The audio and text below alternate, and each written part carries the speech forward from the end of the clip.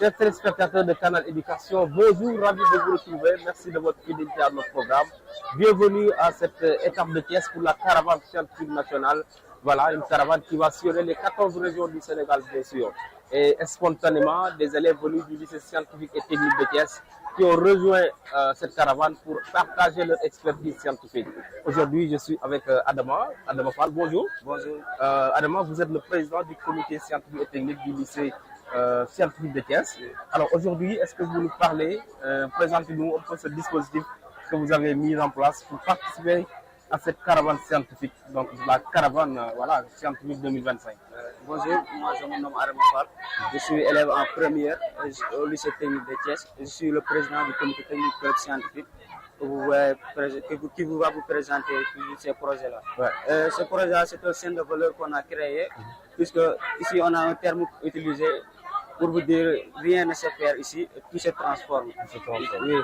Ici, c'est un centre de valeur qui est composé d'un poulailler, ouais. Des champs qui sont là, un parti pour produire du gaz, avec aussi, il y a aussi le laboratoire, aussi un système d'arrosage automatique. Ici, ce type de projet-là participe au développement durable, comme on le dit. D'où est venue cette idée de créer ce projet, un poulailler avec un champ à côté, une machine de fabrication de phosphate et tout? Wow. Ici, on s'est basé aux différentes filières de notre établissement. Ouais. Parce que si on voit les élèves d'ESCAT, c'est eux qui gèrent l'agronome. Ouais. Oui. Les 5, c'est eux qui gèrent la transformation. Et la T1, T2, l'électromécanique et la S3, les machines industrielles, tout ça, c'est eux qui gèrent ça. C'est ça qu'on a basé pour recruter ces genres de travaux à l'intérieur qui va regrouper tous les filières de notre établissement sans aucun problème. Et tout se passe à l'intérieur. Et si je comprends bien, les poussins qui sont élevés ici, oui. La nourriture provient d'ici. Oui. Et comment ça se fait? Ici, on va cultiver par exemple du maïs. Ouais. Ou du maïs. Ce maïs-là, on va l'utiliser pour le transformer, pour avoir de l'aliment, yeah. Pour nourrir ces poussins-là. Okay. En même temps aussi, on a un aspirateur ici. Après avoir ramassé les déchets, l'aspirateur va l'amener ici. Okay. Oui. Du gaz. Du gaz, oui. Ce gaz-là, on va l'utiliser. On peut avoir du biogaz. Le biogaz-là pour fertiliser les sols, de l'engrais. Ouais. On peut même avoir de la butane pour réchauffer les poussins. Parce que parfois, les poussins ont besoin de température un peu élevée. On utilise ce butane-là pour les réchauffer. Aussi, il y a aussi un système d'irrigation automatique qu'on a programmé à base d'Arduino. C'est pour l'arrosage. Pour l'arrosage, c'est automatique. Ici, il n'y a pas l'intervention d'une personne. Il y a aussi un capteur d'humidité ici. Ce capteur-là permet de nous montrer le niveau du sol. Est-ce que la terre a besoin de l'eau ou pas?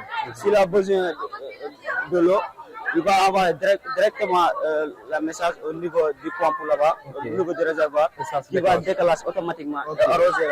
En même temps, si la terre est mouillée, ça va encore envoyer le message pour éteindre la pompe. Alors, parlez-nous un peu de la composition de ce matériel pour pouvoir vraiment réaliser ce projet. Ici, on a un capteur Arduino, un carte Arduino, pompe électrophane avec un capteur d'humidité. Aussi, on a des panneaux solaires qui vont gérer l'électricité s'il y a la coupure de courant à l'intérieur. Oui. Approximativement, si vous estimez un coût pour la réalisation de ce projet, serait à coût de milliards ou de millions? Millions. À de coût de millions. Oui, c'est pas trop difficile à gérer parce qu'on nous a tout appris à l'école. Ici au lycée, en même temps, on fait la théorie, mais on fait plus la pratique là-bas. Et ça nous permet de créer certains projets-là. On vous a vu aussi avec un robot. C'est quoi ce robot? Ça, c'est un robot industriel. Le robot-là nous permet de soulever des poids lourds dans les domaines industriels, comme dans les usines, dans les ports, quelquefois. Ce robot-là, on l'a créé avec le VEX. On a utilisé un appareil qui s'appelle Vexi, avec une programmation informatique qui va nous permettre de le contrôler avec un manette qui est là-bas. On pouvait le mettre automatique, sans l'intervention de le manette là. On pouvait avoir des capteurs suivants de ligne ou bien des capteurs d'obstacles qui va lui permettre de se partir seul et faire ses travaux. Alors aujourd'hui, comment vous voyez aujourd'hui, comment vous appréciez cette caravane nationale qui vise à sensibiliser les élèves, les étudiants vraiment pour la culture donc, scientifique? Moi, je trouve ça très important. Parce que parfois, il y a beaucoup d'élèves qui veulent savoir, qui veulent faire la science, mais ils ne savent pas là où ils doivent passer pour intégrer ces arts des écoles scientifiques-là. Et ça, ces arts de caravane-là les permettent de découvrir comment ils vont faire pour intégrer dans les écoles scientifiques ou bien dans les lycées techniques. Et moi, c'est important, je le vois très important. Même. Et dans le futur, vous envisagez de créer une entreprise comme ça? Oui, Inch'Allah. Parce que moi, je suis un élève en gestion économique. Et ce club m'a formé. Et maintenant, je suis devenu le président du comité technique. Je suis un élève de la gestion économique, management, tout ça. Et dans votre club, qu'est-ce que vous faites? On forme les gens à avoir maîtrisé la programmation informatique pour utiliser l'Arduino et d'autres mêmes programmations. Les différentes programmations, les CIO, les CI, etc. On utilise toutes ces programmations.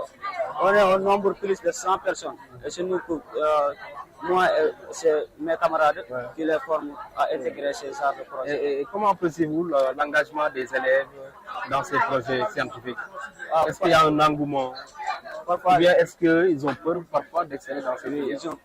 Ils ont peur. Parfois, parce que beaucoup d'élèves disent que le lycée technique c'est difficile, c'est difficile. Mais ici, dans la vie, rien n'est facile. Il faut juste avoir la volonté de contacter avec certaines difficultés pour s'avancer.